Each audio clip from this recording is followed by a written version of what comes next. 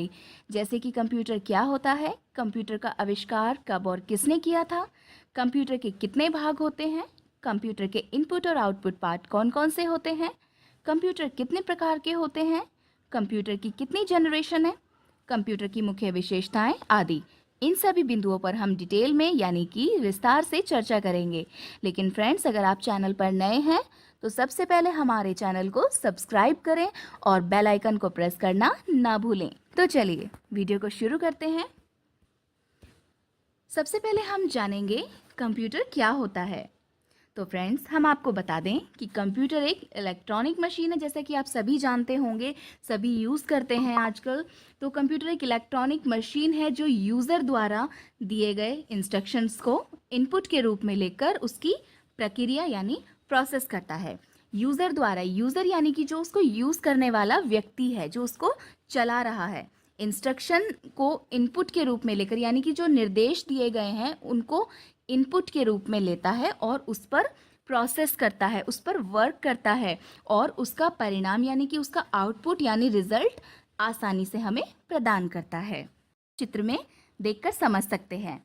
Computer शब्द की जो उत्पत्ति है वो कंप्यूट शब्द से हुई है, अर्थात कंप्यूट का जो अर्थ होता है वो गणना करना यानी कि कैलकुलेशन करना होता है। इसलिए कंप्यूटर को हिंदी में हम संगणक कहते हैं। फ्रेंड्स, यहाँ पर हम कंप्यूटर की फुल फॉर्म जानेंगे। C common, O operating, M machine, P purposely, U used for, T technological, E educational and R research. तो ये फुल फॉर्म कुछ इस तरह से होगी: common operating machine purposely used for technological and educational research. आइए अब हम जानते हैं कि कंप्यूटर का आविष्कार कब और किसने किया था। फ्रेंड्स, दुनिया का सबसे पहला कंप्यूटर चार्ल्स बेबेज ने साल 1822 में बनाया था, जिसका नाम मैकेनिकल कंप्यूटर था। इसलिए चार्ल्स बेबेज को कंप्यूटर का फादर यानी पिता कहा जाता है। चार्ल्स बेबेज ने सन 1837 में पहला जनरल मैकेनिकल कंप्यूटर भी बनाया था, जिसका नाम एनालिटिकल इंजन रखा गया था। इस कंप्यूटर का प्रयोग कैलकुलेशन करने के लिए किया जाता था। नेक्स्ट पॉइंट है कंप्यूटर के भाग। अब हम बात करेंगे कंप्यूटर के पार्ट्स के बारे में कि कंप्यूटर के कितने भाग होते हैं। कंप्यूटर के मुख्यतः दो भाग होते हैं। Number 1 hardware, number 2 software. Hardware क्या होते हैं? सबसे पहले हम हार्डवेयर के बारे में जानेंगे। कंप्यूटर के वे समस्त पार्ट्स जो हमें दिखाई देते हैं, जिनको हम देख सकते हैं या फिर जिन्हें हम स्पर्श यानी कि छू सकते हैं, जैसे कि mouse, keyboard, monitor, scanner, printer, speaker आदि।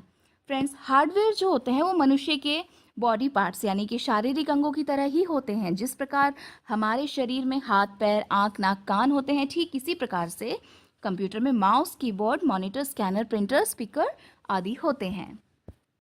नेक्स्ट हम बात करेंगे सॉफ्टवेयर के बारे में। कंप्यूटर के वे समस्त प्रोग्राम्स जिनके द्वारा कंप्यूटर को ऑपरेट किया जाता है यानी कि उसको चलाया जाता है, इनको ना तो हम स्पर्श कर सकते हैं यानी कि टच नहीं कर सकते और ना ही हम इनको देख सकते हैं। ये मनुष्य के अंदर की आत्मा की तरह होते हैं। जिस प्रकार मनुष्य के शरीर में, हमारे शरीर में आत्मा होती है, ठीक उसी तरह से कंप्यूटर में सॉफ्टवेयर होते हैं। अब ये जो सॉफ्टवेयर होते हैं ये भी दो तरह के होते हैं, दो प्रकार के होते हैं। सबसे पहला होता है सिस्टम सॉफ्टवेयर और सेकंड होता है हमारा एप्लीकेशन सॉफ्टवेयर। अब देखते हैं सिस्टम सॉफ्टवेयर क्या होता है। सिस्टम सॉफ्टवेयर को ऑपरेटिंग सिस्टम भी कहते हैं। सिस्टम सॉफ्टवेयर डिवाइस और एप्लीकेशन सॉफ्टवेयर दोनों को मैनेज करने का काम करता है। नेक्स्ट हम बात करेंगे एप्लीकेशन सॉफ्टवेयर के बारे में। एप्लीकेशन सॉफ्टवेयर को हम शॉर्ट में ऐप कहते हैं। फ्रेंड्स, यह अलग अलग कार्य करने के लिए अलग अलग छोटे छोटे ऐप होते हैं। आइए हम इसको एग्जाम्पल की हेल्प से देखते हैं, समझते हैं थोड़ा। जैसे हमारा Microsoft window, Mac OS, Linux, Fedora आदि, ये सब जो हैं वो सब सिस्टम सॉफ्टवेयर के एग्जाम्पल हैं। और MS Word, MS Excel, Photoshop, VLC media player आदि, ये सब हमारे एप्लीकेशन सॉफ्टवेयर के एग्जाम्पल्स हैं। नेक्स्ट पॉइंट है हमारा कंप्यूटर के इनपुट और आउटपुट डिवाइस क्या होते हैं, इनपुट आउटपुट क्या होता है। और कंप्यूटर के इनपुट और आउटपुट पार्ट कौन कौन से होते हैं, इसके बारे में हम बात करेंगे। सबसे पहले हम जानेंगे इनपुट के बारे में। कंप्यूटर की वे डिवाइस जिनके द्वारा कंप्यूटर को निर्देश यानी कि इंस्ट्रक्शंस दिए जाते हैं, यानी कि उनको काम करने के लिए दिया जाता है। सिंपल सी लैंग्वेज में हम बात करें तो कंप्यूटर को कोई काम करने के लिए दिया जाता है, वो इनपुट डिवाइस के द्वारा दिया जाता है और वो इनपुट डिवाइस कहलाते हैं, जैसे कि कीबोर्ड, माउस, स्कैनर, जॉयस्टिक आदि, ये सब इनपुट डिवाइस हैं। नेक्स्ट हम बात करेंगे आउटपुट के बारे में। कंप्यूटर की वे डिवाइस जो इनपुट डिवाइस के द्वारा दिए गए इनपुट का परिणाम यानी रिजल्ट देते हैं, वो आउटपुट डिवाइस कहलाते हैं, जैसे मॉनिटर, स्पीकर, प्रिंटर, प्रोजेक्टर आदि, ये सब आउटपुट डिवाइस हैं। आइए हम इसको भी एक एग्जांपल की हेल्प से समझ सकते हैं। मान लीजिए हमें कंप्यूटर में अपना नाम लिखना है, तो हम अपना नाम लिखने के लिए कीबोर्ड का यूज़ करेंगे। कीबोर्ड से हम अक्षर को टाइप करेंगे या इनपुट करेंगे, तो कीबोर्ड हमारा इनपुट डिवाइस हो जाएगा। और जो लिखा हुआ नाम हमें दिखाई देगा, वो कहाँ पर दिखाई देगा? वो हमें दिखाई देगा स्क्रीन पर, यानी कि मॉनिटर पर। हमें उसका रिजल्ट कहाँ पर मिला? मॉनिटर पर मिला। तो यानी कि हमारा जो मॉनिटर है वो हमारी आउटपुट डिवाइस है। नेक्स्ट पॉइंट है हमारा, कंप्यूटर कितने प्रकार के होते हैं। अब हम जानेंगे कंप्यूटर के टाइप्स के बारे में। बेसिकली तो कंप्यूटर 3 प्रकार के होते हैं, एनालॉग कंप्यूटर, डिजिटल कंप्यूटर और हाइब्रिड कंप्यूटर। सबसे पहले हम बात करेंगे एनालॉग कंप्यूटर्स के बारे में। एनालॉग कंप्यूटर का इनपुट आउटपुट सिग्नल रूप में होता है। इनका उपयोग भौतिक मात्राओं को मापने के लिए किया जाता है, जैसे कि examples wall clock, speedometer, thermometer, ये सब एनालॉग कंप्यूटर के उदाहरण हैं। नेक्स्ट हम बात करेंगे डिजिटल कंप्यूटर की। डिजिटल कंप्यूटर बाइनरी सिस्टम पर डिपेंड होता है, यानी कि डिजिटल कंप्यूटर जो होता है वो बाइनरी सिस्टम पर आधारित होते हैं। इनका प्रयोग अर्थमेटिक ऑपरेशंस को परफॉर्म करने के लिए किया जाता है। वर्तमान समय में अधिकतर डिजिटल कंप्यूटर का उपयोग किया जाता है, जैसे कि स्मार्ट वॉच, लैपटॉप, डेस्कटॉप, ये सब डिजिटल कंप्यूटर के उदाहरण हैं। आइए डिजिटल और एनालॉग में क्या अंतर होता है, इसे हम थोड़ा सा विस्तार से यानी कि डिटेल में समझ लेते हैं। फ्रेंड्स, आपने साधारण घड़ी देखी होगी जो सुई के द्वारा समय को बताती है, यानी कि समय को सिग्नल के रूप में देती है। यह एक एनालॉग कंप्यूटर का उदाहरण है। आजकल की स्मार्ट घड़ी समय को डिजिट के रूप में देती है। यह एक डिजिटल कंप्यूटर का उदाहरण है। इसी प्रकार से एनालॉग थर्मामीटर और डिजिटल थर्मामीटर को हम चित्र में देखकर समझ सकते हैं। जो हमारा फर्स्ट वाला है वो हमारा डिजिटल थर्मामीटर है और जो हमारा नेक्स्ट है वो हमारा एनालॉग थर्मामीटर है। नेक्स्ट हम बात करेंगे डिजिटल कंप्यूटर्स की। फ्रेंड्स, डिजिटल कंप्यूटर्स जो होते हैं वो 4 प्रकार के होते हैं, micro computer, mini computer, mainframe computer और सुपर कंप्यूटर। माइक्रो कंप्यूटर के हम बारे में जानेंगे पहले। तो माइक्रो कंप्यूटर बहुत छोटे होते हैं। माइक्रो का मतलब छोटा ही होता है, बहुत ही सूक्ष्म।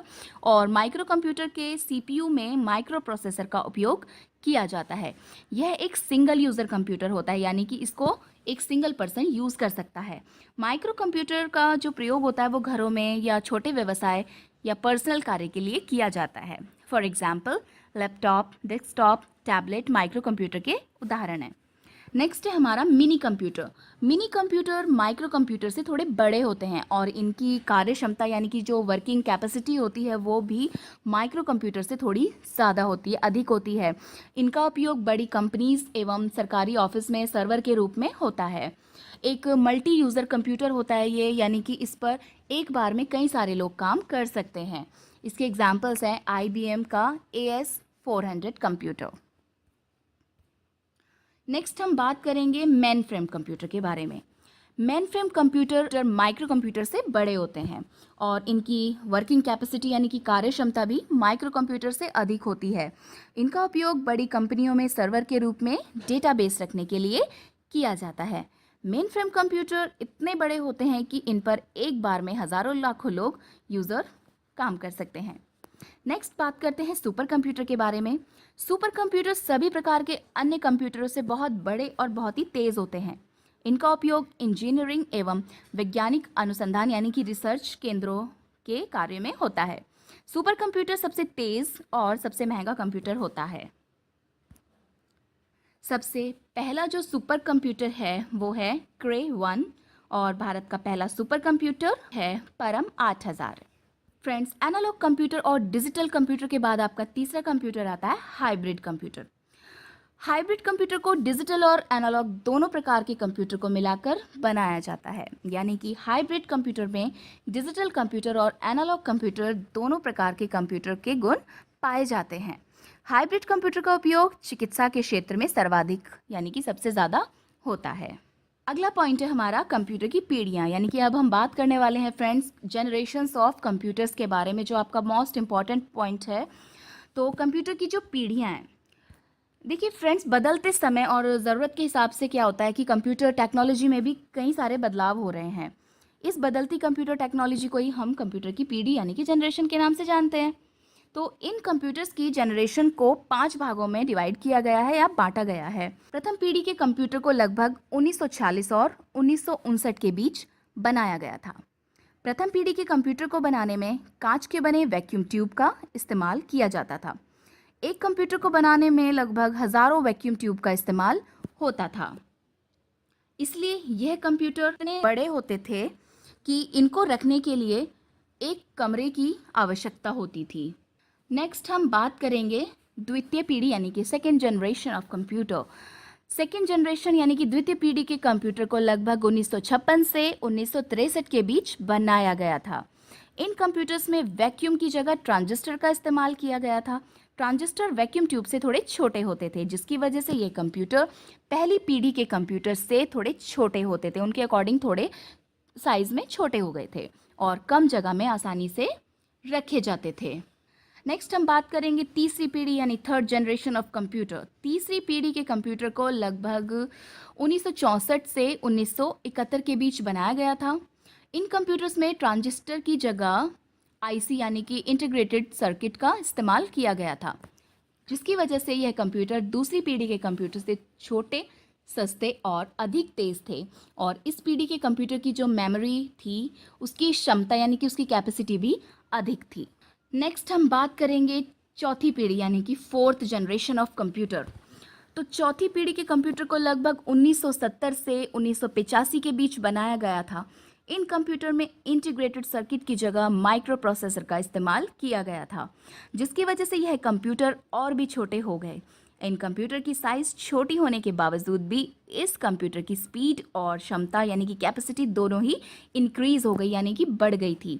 यह हाई लेवल लैंग्वेज जैसे कि C++ को भी सपोर्ट करते थे। नेक्स्ट जनरेशन यानी कि पांचवी पीढ़ी फिफ्थ जनरेशन ऑफ कंप्यूटर है। तो वर्तमान समय में हम जो कंप्यूटर इस्तेमाल कर रहे हैं, यूज़ कर रहे हैं, वह पांचवी पीढ़ी के ही हैं। पांचवी पीढ़ी के कंप्यूटर पिछले सभी जनरेशन्स के कंप्यूटर से ज़्यादा आधुनिक यानी कि न्यू वर्जन में हैं। इन कंप्यूटर में आर्टिफिशियल इंटेलिजेंसी का इस्तेमाल किया जाता है। इस पीढ़ी के कंप्यूटर हाई लेवल लैंग्वेज जैसे C++, जावा, .NET को सपोर्ट करते हैं।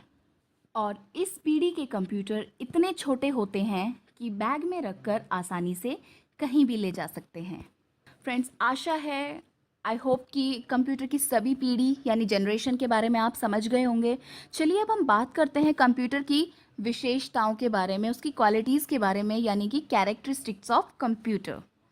कंप्यूटर की कई सारी विशेषताएं हैं वैसे तो, जैसे कि स्पीड यानी कि गति। कंप्यूटर किसी भी काम को बहुत जल्दी करता है, बहुत स्पीडली करता है। नेक्स्ट, एक्यूरेसी यानी शुद्धता। कंप्यूटर किसी भी काम को बिना गलती यानी बिना मिस्टेक के करता है। नेक्स्ट, कॉन्टिन्यूटी यानी कि निरंतरता। कंप्यूटर किसी भी काम को लगातार बिना रुके करता है, वो थकान महसूस नहीं करता है।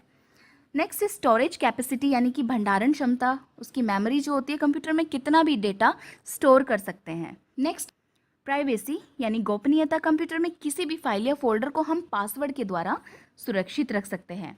नेक्स्ट, ऑटोमेशन यानी कि स्वचालित। कंप्यूटर तकनीक का उपयोग करके बिना किसी मानव के हस्तक्षेप के निरंतर कार्य करता रहता है।